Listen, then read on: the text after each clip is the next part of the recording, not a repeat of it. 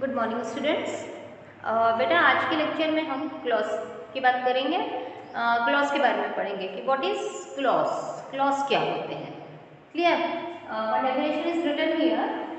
Clause is a group of words which has its own subject and predicate and forms a part of a large sentence. This is clause. अब इस definition से कुछ समझ में आया होगा, कुछ नहीं आया होगा। क्लियर? अब यहाँ देखते हैं example. He wears a crown which is made of gold. Okay, crown एक ताज सिर का वो पहना हुआ है उसने जो गोल्ड से बना। If I right this one which is made of gold. Clear? तो आपको इसमें क्या समझ में आता है कि हाँ कोई चीज तो है जो गोल्ड से बनी हुई है। क्लियर? अब यहाँ पर क्या चीज है जो गोल्ड से बनी हुई है, जब तक मैं आपको ये पार्ट ना बताऊं तब तक आपको क्लियर नहीं होगा, है ना। अब यहाँ जो ये विच है ये सब्जेक्ट का काम कर रहा है सेकेंड इसमें। ये एग्जाम्पल में दो पार्ट है सेंटेंस के। जैसे ही वियर्स अ क्राउन ये हुआ which is made of gold ये दूसरा हुआ।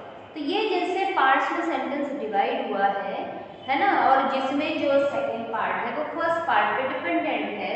तो ये ऐसे दो भी हो सकते हैं पार्ट्स, तीन भी हो सकते हैं, चार भी हो सकते हैं। कई बार बहुत बड़ा सेंटेंस होता है तो वो क्लॉजेस उसमें कभी नाउन क्लॉज होगा, कभी एडजेक्टिव होगा, कभी एडवर्ब होगा। तो ऐसे क्लॉज में वो ज्वाइन होते हैं। क्लियर? तो यहाँ पर ये जो चीज है, ये जो सेंटेंस है, सेंटेंस बोला जाएगा इसको क्योंकि इसमें विच जो है सब्जेक्ट का काम कर रहा है। उसके बाद ये देखिए वर्ब है, और सेंटेंस का तो यही रूल होता है कि उसमें एक सब्जेक्ट होना जरूरी रहता है और एक वर्ब होना जरूरी होता है। तो यहाँ पर विच सब्जेक्ट का काम कर रहा है, कैसे कर रहा है हम बाद में देखेंगे।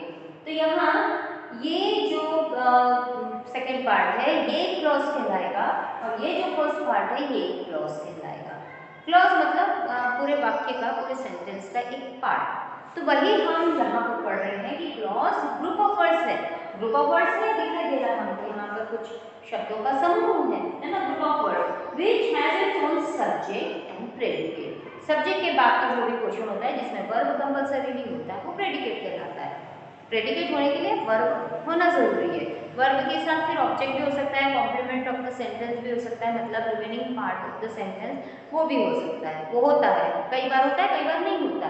तो यहाँ पर जो सब्जेक्ट और प्रेडिकेट होता है और वो फॉर्म करता है लास्ट सेंटेंस के एक पार्ट को। ये देखिए पूरा सेंटेंस उसके लिए एक पार्ट बन रहा है, तो यहाँ पर इसको हम क्लॉज बोलेंगे।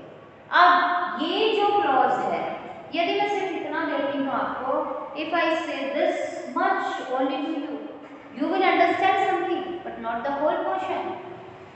Okay, what I am talking about, which is made of gold. Something is there which is made of gold, but what we don't know. If I say this, he wears a crown which is made of gold, then the sense is clear to you all. Clear? यहाँ ये जो part है, ये जो sentence है, ये इस पे डिपेंडेंट है। जब तक ये हम नहीं बताएंगे इसका अर्थ समझ में नहीं आएगा, इसका मीनिंग समझ में नहीं आएगा। थोड़ा बहुत आएगा लेकिन पूरा तो क्लियर नहीं होगा। तो कुछ सेंस है but not the full sense. तो यहाँ ये इस पे डिपेंडेंट है। तो ये जो चीज है ये कहलाएगा मेन और प्रिंसिपल क्लॉज। ठीक है, मेन क्लॉज या प्रिंसिपल क्लॉज, या एक और नाम है इसका इंडिपेंडेंट क्लॉज। देखिए इंडिपेंडेंट, ये इस पे डिपेंडेंट नहीं है, ये इंडिपेंडेंट है। यदि हम इतना भी बोले ही वियर्स अ क्राउन तो पूरा सेंस आ रहा है कि उसने ताज पहना हुआ है ना। तो इसके लिए ये नहीं भी रहेगा तो चलेगा, तो ये इंडिपेंडेंट क्लॉज है। लेकिन ये जब हम बोलेंगे तो हमको ये बोलना जरूरी होगा, तो मतलब ये इस पे डिपेंडेंट है। तो यहाँ पर ये वाला जो पार्ट है, ये जो क्लॉज है ये कहलाएगा डिपेंडेंट क्लॉज और सबऑर्डिनेट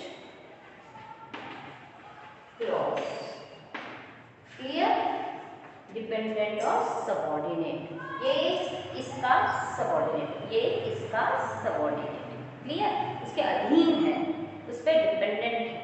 जब तक हम ये नहीं लगाएंगे उसका अर्थ नहीं समझ में आएगा, पूरा क्लियर नहीं होगा, क्लियर है। तो यहाँ पर हमने देखा कि ऐसे ये जो पार्ट में डिवाइड होता है सेंटेंस वो क्लॉज कहलाते हैं। तो क्लॉज यहाँ दो दिखाई दे रहे हैं, एक मेन और एक सबऑर्डिनेट। कभी ये भी होगा कि मेन क्लॉज एक होगा, सबऑर्डिनेट 2 से 3 4 भी हो सकते हैं, पर हमको अभी इस लेवल पे इतना नहीं जाना है, ठीक है। यहाँ पर इतना ही समझिए कि ये दो क्लॉज हैं, ये प्रिंसिपल क्लॉज है, ये सबऑर्डिनेट क्लॉज है, क्लियर। अब यहाँ पर जो सबऑर्डिनेट क्लॉज होता है बेटा, ये सबऑर्डिनेट क्लॉज फिर से 3 भाग में डिवाइड होता है, ठीक है। वो कौन से होता है subordinate clause? Number A, subordinate clause is again divided into 3 parts. Which are these? 3 parts. So 3 parts. Number 1 is noun clause. Number 2 is adjective clause. Number 3 is adverb clause. Clear?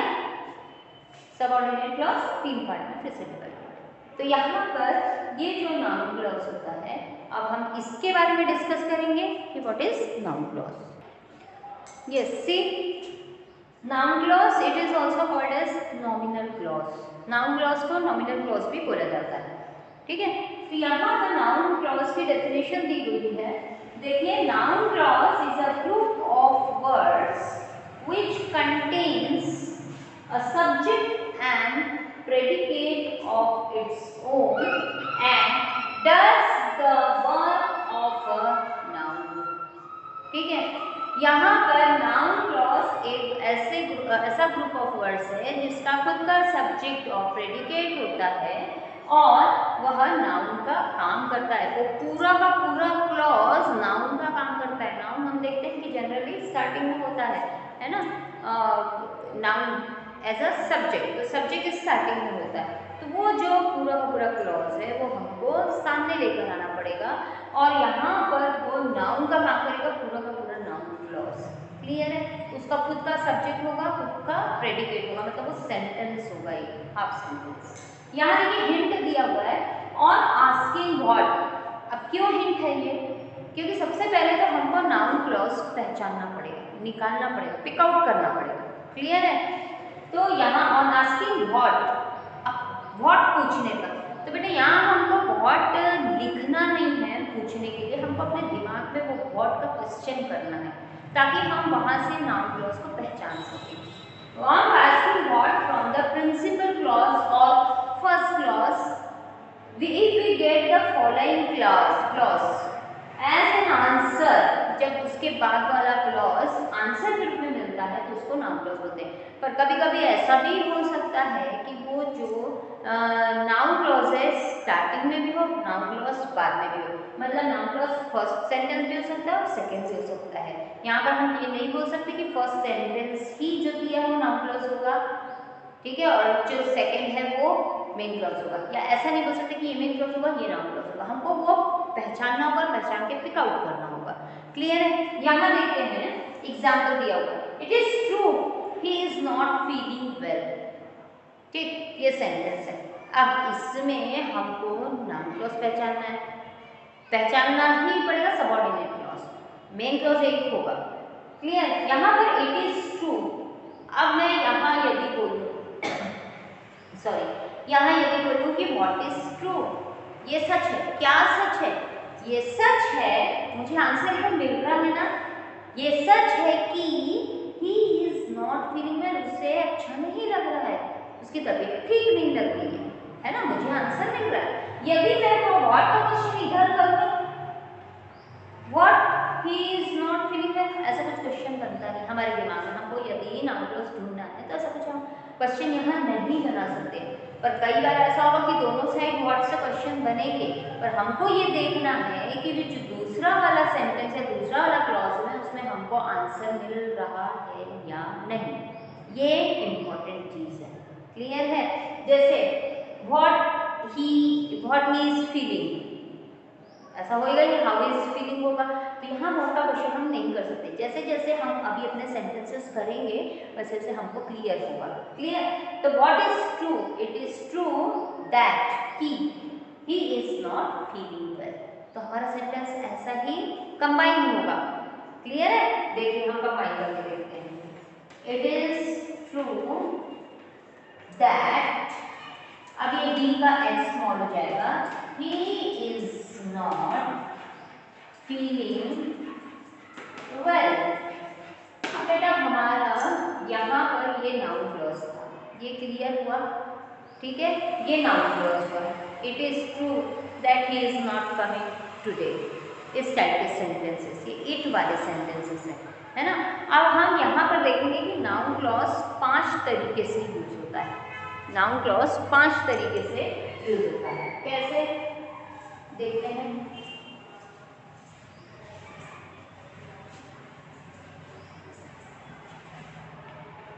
देखिए, फर्स्ट है noun clause as अ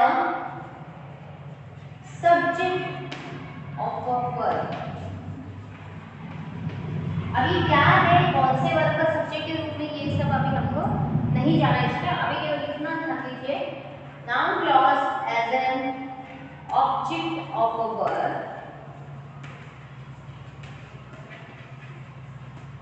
ठीक है। Number 3 is noun clause as a preposition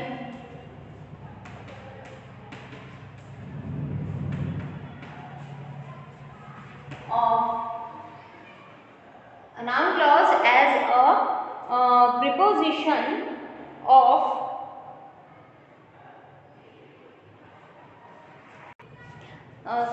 noun clause as an object of a preposition. ठीक है, object of a preposition. Number 4 is noun clause as a complement. Spelling देखिए complement के, PLE not PLI। शुभकामनाओं वाला जो complement से वो different होता है। ये कॉम्प्लीमेंट मतलब उसके पूरक के रूप में, as a complement to a verb. अभी जो वर्ब की बात हो रही है इसका हम डिस्कस करेंगे। और number 5 in apposition to a noun और pronoun.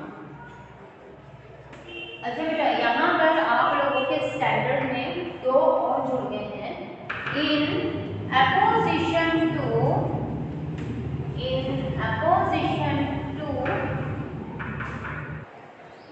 yes, in opposition to it, है ना। और इसके बाद लास्ट आता है in opposition to an adjective।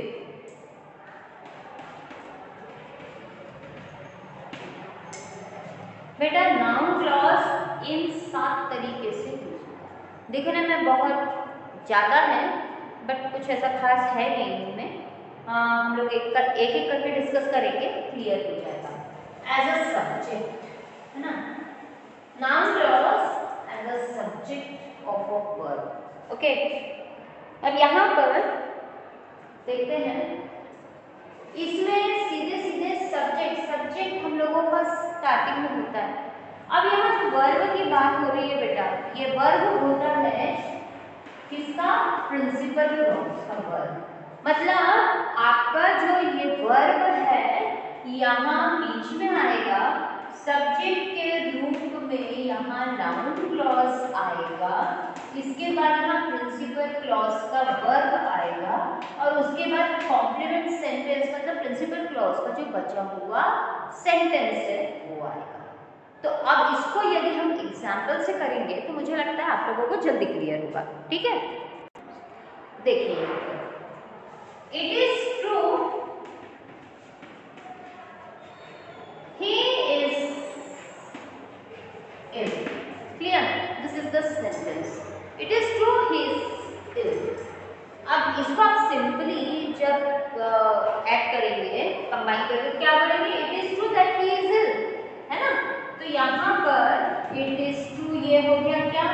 Clause, क्या बात सही है? ये सही है कि वह बीमार है, तो कि वह बीमार है, ये जो ज्वाइन हो रहा है, ये जो क्लॉज है ये नाउन क्लॉज है।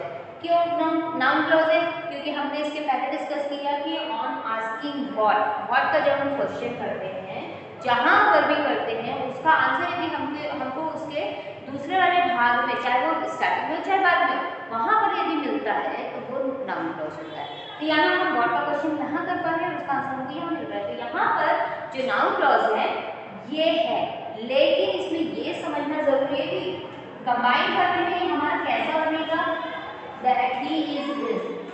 क्यों करवा रहे हैं हम ऐसा कि आप मैडम इसको सीधे तो हम बोल सकते हैं कि ये मेन क्लॉज है, ये नाउन क्लॉज है ना, लेकिन यहाँ पर ये जो जॉइन हो रहा है दैट से, ये दैट भी इंक्लूड होगा नाउन क्लॉज में, ये गलती नहीं होनी चाहिए।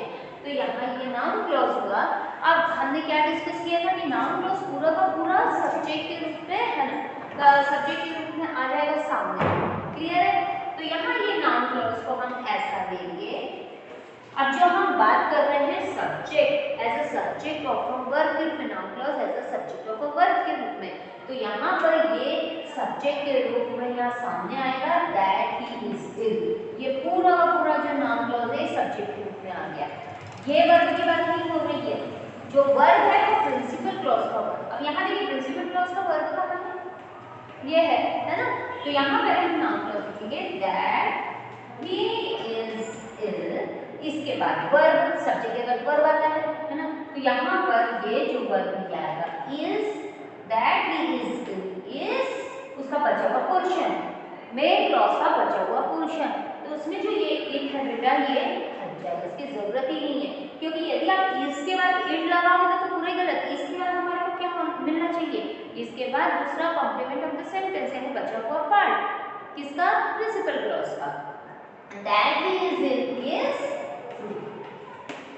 ये हो रहा है noun clause as a subject of a verb, verb of what, verb of principal clause. इतना समझना जरूरी, क्लियर है? ऐसे ही हम अब 2-4 सेंटेंसेस ड्रॉ करेंगे, उसमें आपको और क्लियर होगा। मैडम हम इसको ऐसे भी तो बना सकते हैं, बिल्कुल बना सकते हैं, लेकिन यहाँ हमारा जो रूल जो भी काइंड है वो क्या बोल रहा है, as a subject of a verb. तो सब्जेक्ट ऑफ अ वर्ब के रूप में, तो सब्जेक्ट के रूप में हमको पहले बुलाना ही पड़ेगा उसको, है ना। अब ये इट वाली जो बात है ये भी हमारे वो साथ जो काइंड्स है उसी में आ रहा है, वो इन अपोजिशन टू इट जो पढ़ा है, जो लिखा है वही चीज है ये, बस यहाँ पर इनको बताने का तरीका चेंज हो गया, अलग अलग प्रकार से नाउन क्लॉज के रूप में हम नाउन क्लॉज का अलग अलग तरीके से हम यूज कर रहे हैं, क्लियर हुआ? अब और सेंटेंसेस देखते हैं इसी से related. See here the sentences are written, it is not clear what he wants, बेटा what is not clear, what यहाँ क्वेश्चन कर सकते नहीं, ऑलरेडी है व्हाट ही वांट्स। तो अब जब हम व्हाट का क्वेश्चन यदि करेंगे, हमको नाउन क्लॉज फाइंड आउट करना है, तो व्हाट का क्वेश्चन यदि हम करते हैं व्हाट ही वांट्स, तो यहाँ आंसर मिलना चाहिए ही वांट्स और इन जैसा व्हाट, नहीं ऐसा कुछ नहीं मिल रहा हमको आंसर। तो ये यहाँ पर हम इसको छोड़ के यहाँ क्वेश्चन करके देखते हैं, it is not clear, what is not clear, it is not clear what he wants. यहाँ हम यदि व्हाट का क्वेश्चन दिमाग में करते हैं, सोचते हैं, तो यहाँ हमको इसका आंसर मिल रहा है, क्लियर नहीं है, क्या क्लियर नहीं है, ये क्लियर नहीं है कि वो क्या चाहता है ना। तो यहाँ पर हमको जो ये what is not clear, this is principal clause and what he wants this is noun clause. अब बेटा मैंने बताया कि नाउन क्लॉज को स्टार्टिंग में लाना है सब्जेक्ट ऑफ वर्ब के रूप में, तो हम ये पूरा का पूरा ही नाउन क्लॉज है। अब यहाँ एक चीज ध्यान रखना है, जब भी आपको नाउन क्लॉज में व्हाट, व्हेन, वेयर, व्हाई ऐसे वर्ड्स दिखाई दें जो इंटरोगेटिव वर्ड्स हैं, क्वेश्चन वर्ड्स हैं, तो उन वर्ड्स को हमको उन वर्ड्स के साथ हमको दैट बिल्कुल भी यूज नहीं करना। जैसे हमने नरेशन में देखा था कि दैट यूज नहीं किया जाता, वैसे ही यहाँ पर, ठीक है। अब ये पूरा ऊपर हम ले आएंगे यहाँ, what he wants, verb main clause का is not clear, what he wants is not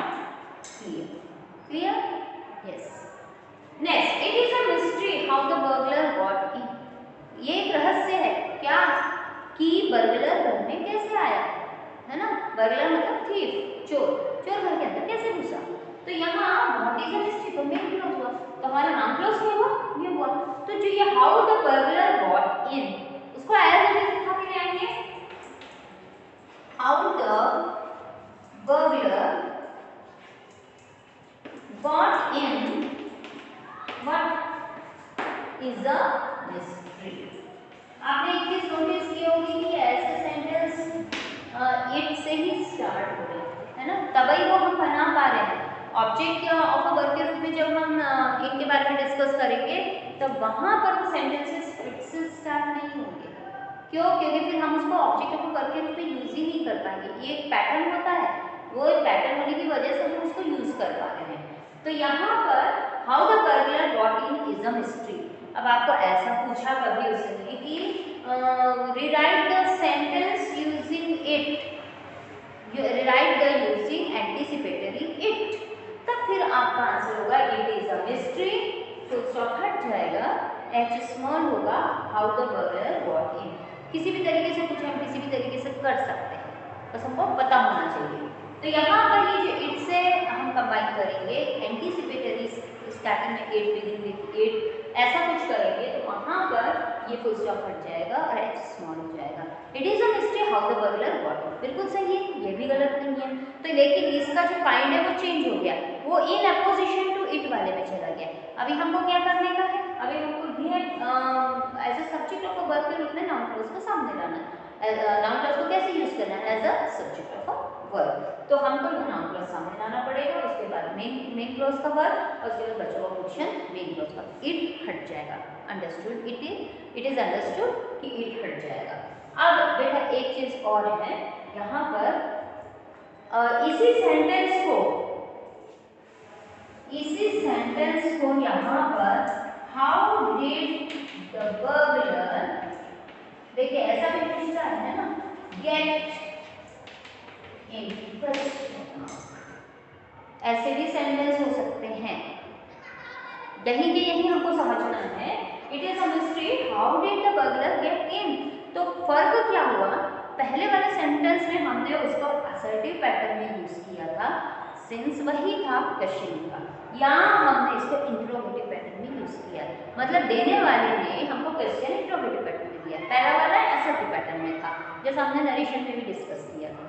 यहाँ अब क्या करना होगा, जब भी सबऑर्डिनेट क्लॉज, चाहे कोई भी सबऑर्डिनेट क्लॉज हो, नाउन एडवर्ब एडजेक्टिव, यदि वो आपको इंट्रोगेटिव सेंटेंस में मिलता है तो हमको उसको असर्टिव में यूज करना पड़ेगा। जब हम कंबाइन करेंगे, जब हम रिराइट करेंगे नाउन क्लॉज के रूप में, तो हम उसको असर्टिव पैटर्न यूज करेंगे। जैसा पहले पैटर्न था ना, बिल्कुल वही पैटर्न। मतलब यहाँ हमको ये how did the burglar got get in को how the burglar got in ये यूज करना पड़ेगा, और वैसा ही देखिए हमको यहाँ आना होगा, हाउ द बर्गलर। यदि हमने इसको ऐसा ही लेके आया तो गलत है। क्यों? क्योंकि ये रूल है क्लॉज में, जब सबऑर्डिनेट क्लॉज इंट्रोगेटिव में होता है तो उसको असर्टिव में करना है, लेकिन मेन क्लॉज जब इंट्रोगेटिव में होता है तो उसको असर्टिव नहीं किया जाता। हम लोग आगे के एक दो नाउन क्लॉज के जो टाइप्स हैं उसमें ये देखेंगे कि उसको हम कैसे उसको असर्टिव में नहीं करेंगे। क्लियर? सिर्फ सबऑर्डिनेट क्लॉज की बात करेंगे। How the burglar got in, yes हो गया, वो चेंज हो गया, नाउन क्लॉज सामने आ गया, is a mystery. Answer is same in previous sentence also and in this sentence also, answer same, but this pattern of question is changed in both the sentences. That was in assertive and this is in interrogative. So that we should keep in mind how to make changes, what to make changes while writing it. Clear? इतना समझ में आप लोगों को? Noun clause as a subject of a, अब हम अपने next lecture में noun clause as an object of a verb, और यदि हुआ तो इसके एक दो सेंटेंसेस और रिवाइज कर लेंगे, और noun clause as an object और उसके बाद वाले जो भी पार्ट्स हैं उस पर डिस्कस करेंगे। Okay, till then goodbye, have a good day.